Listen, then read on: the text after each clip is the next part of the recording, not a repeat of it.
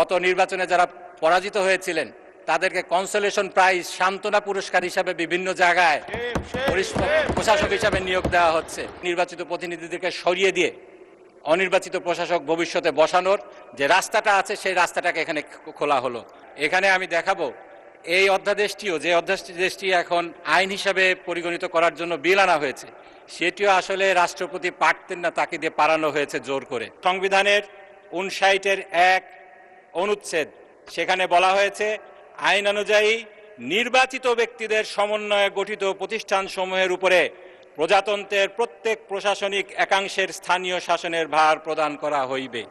এখানে মাননীয় স্পিকার, অনির্বাচিত প্রশাসক বসানোর প্রভিশন তো কোনোভাবেই গ্রহণযোগ্য হইতে পারে না। তা সত্ত্বেও 59 অনুচ্ছেদ এবং 93-1 খ অনুচ্ছেদকে লঙ্ঘন করে রাষ্ট্রপতিকে দিয়ে পারিয়ে এই অধ্যাদেশটা জারি করা হয়েছে।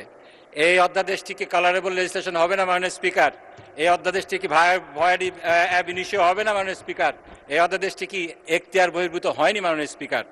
এটা বিশেষ একটা পরিস্থিতি ছিল আমাদের দেশে মাননীয় স্পিকার, যখন আমরা দেখেছি নির্বাচিত সকল স্থানীয় প্রতিনিধিগণ ফ্যাসিবাদীর আমলে নির্বাচিত হয়েছিলেন, তারা দেশ ছেড়ে চলে গিয়েছিলেন, কেউ গা ঢাকা দিয়েছিলেন।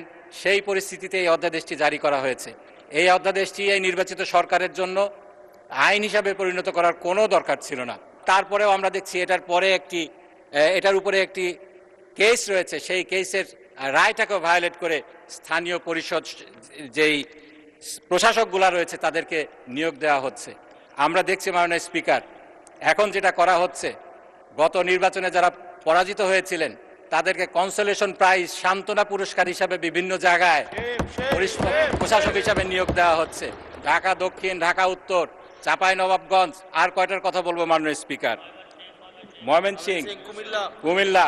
মাননীয় স্পিকার, এই যে বিশেষ পরিস্থিতির কথা বলা হয়েছে, বিশেষ পরিস্থিতিটা কি এই আইনে তো বলা নেই, 32 কতেও বলা নেই, 42 কতেও বলা নেই, এবং এখানে সরকারের হাতে এটার বিচার ভার অ্যাবসুলুটলি দিয়ে দেওয়া হয়েছে, কোনো মানদণ্ড এখানে সেট করা হয়নি।